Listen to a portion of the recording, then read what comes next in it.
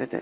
Kamal sir என்கிட்ட சொன்னாரு, ராதிகா நான் சின்சியரா சொல்றேன், எப்படியாவது பாரதி ராஜா சாரை கொண்டு வந்து இந்த படத்தை பார்க்க வை, ஹாஸ்பிட்டல் இருந்து கூட்டிட்டு வா, ஏஞ்சி பாரு ராதிகா. அவ்வளவு நம்பிக்கை அவருக்கு, அவர் ஏஞ்சிடுவாரு. கண்டிப்பா நான் சொல்றேன்னு. சார் அவர் அப்படியெல்லாம் கூட்டிட்டு வர முடியாது சார் அப்படின்னு. யா அந்த மிகப்பெரிய வருத்தம். ஏன்னா ஃபர்ஸ்ட் படம், அந்த கிளி என்னோடது, என் டைலாக். நான் சொல்ல போகும்போது இல்லைம்மா நீ சாதாரணமாக சொல்லுன்னு சொன்னார்.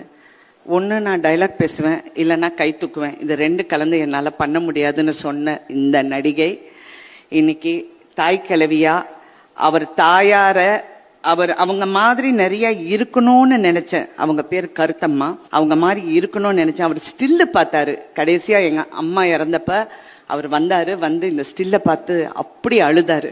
நீ அடி இதெல்லாம் பண்ற அப்படின்னு கேட்டாரு. ஏன்னா நான் தினம் அவர் கூட சொல்வேன், ஏன் சார் என்ன நடிக்க வைக்கிறீங்க, போர் சார் இதெல்லாம் அப்படிம்பேன். யார் சார் என் மூஞ்செல்லாம் பார்ப்பாங்க, அப்படியெல்லாம் கேட்டு நான் வந்திருக்கேன்.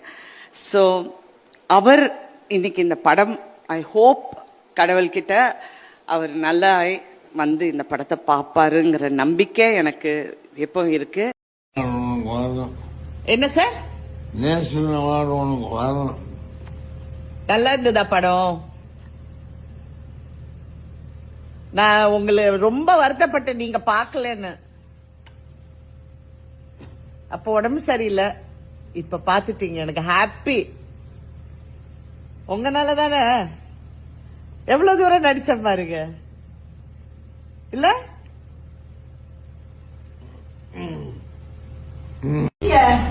நல்லா இருக்கீங்களா? தாய் கிழவி பாத்தீங்களாமே, நல்லா சூப்பரா.